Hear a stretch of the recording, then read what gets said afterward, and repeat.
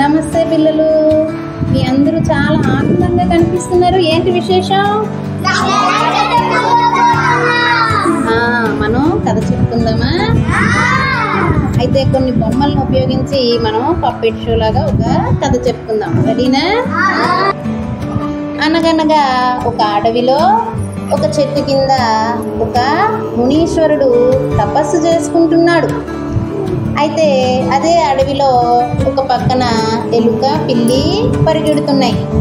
ఎలుక ఏమో భయంతో పరిగెడుతుంది, పిల్లి ఎలుకను తినడానికి వెంబడిస్తుంది.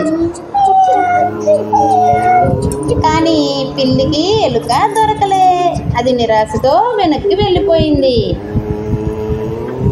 ఎలుక చెట్టు వెనుక దాగుంది. పిల్లి వెళ్ళిపోయిన తర్వాత బయటకు వచ్చింది. అక్కడ మునీశ్వరుణ్ణి చూసి ఏమందంటే, స్వామి స్వామి, నాకు ఎలుక జీవితం నచ్చలేదు, అన్నిటికీ భయపడుతున్నాను, నన్ను సూర్యుడిలా మార్చి స్వామి. సరే తదాస్తు, నువ్వు సూర్యుడిలా మారిపో. సూర్యుడు చాలా గొప్పవాడు. ఎలుక సూర్యుడిగా మారిపోవాలని స్వామికి కోరుకుంది. స్వామి తదాస్తు అనగానే ఎలుక సూర్యుడిగా మారిపోయింది. ఎలుక సూర్యుడిగా మారిపోయింది. కొంచెం సేపటికి వానాకాలం వల్ల మబ్బులు వచ్చాయి. వానాకాలం వల్ల మబ్బులు వచ్చి సూర్యుడిని అడ్డేశాయి. అయ్యో, ఈ మబ్బులు నన్ను అడ్డగించాయే. ఈ మబ్బు చాలా గొప్పది, నేను మబ్బుల్లా మారిపోవాలి అని ఎలుక అనుకుంది. స్వామిని అడుగుతాను. స్వామి స్వామి, నేను మబ్బుగా మారిపోవాలి, నేను మబ్బులుగా మార్చి. సరే తదాస్తు, నువ్వు మబ్బుల్లా మారిపో. కొంతసేపటికి ఎలుక మబ్బుగా మారిపోయిన తర్వాత గాలి వీచింది. అయ్యో, ఈ గాలి నన్నే తోసేస్తుంది. గాలి చాలా గొప్పది, నేను గాలినే పోతాను. అడుగు. స్వామి స్వామి, నేను గాలిలో అయిపోతాను, నన్ను గాలిగా మార్చివా? సరే తదాస్తు, నువ్వు గాలిలా మారిపో.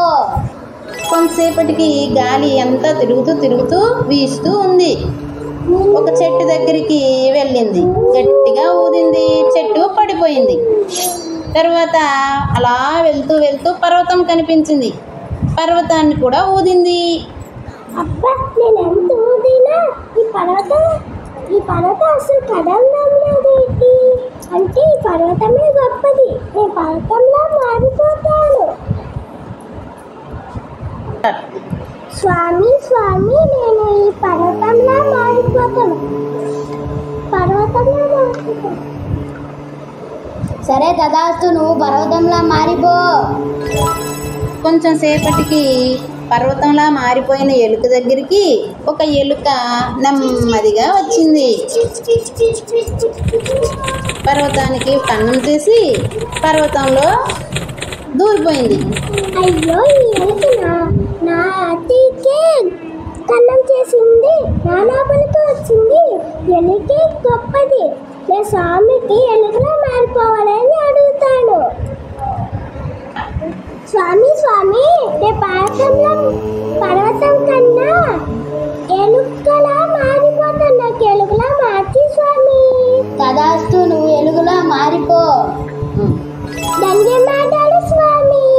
నువ్వు తెలుసుకున్నావా, ఈ ప్రపంచంలో ఏ ప్రాణి అయినా గొప్పదే, నువ్వు కూడా గొప్పదానివే. బాగుందా పిల్లలు?